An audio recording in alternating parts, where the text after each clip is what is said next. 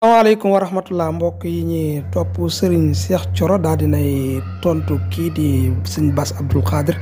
ginaaw ba mu génnee démb doon sant Macky Sall ak diko wax ne daal réew mi daal niko Macky Sall yoré ci jamm ta faské ne ko délo ci jamm Serigne Cheikh Thioro nak daal dinay tontu ci page Facebook am diko xamal ne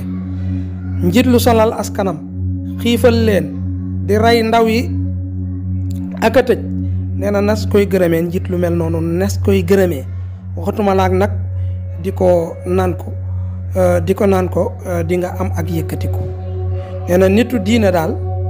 liko war ginnaw bu diine ji jàllee moy féete ak askanam te diko wax deug ginnaw bi Cheikh Bass Abdou Khadre yëkkati ay kaddu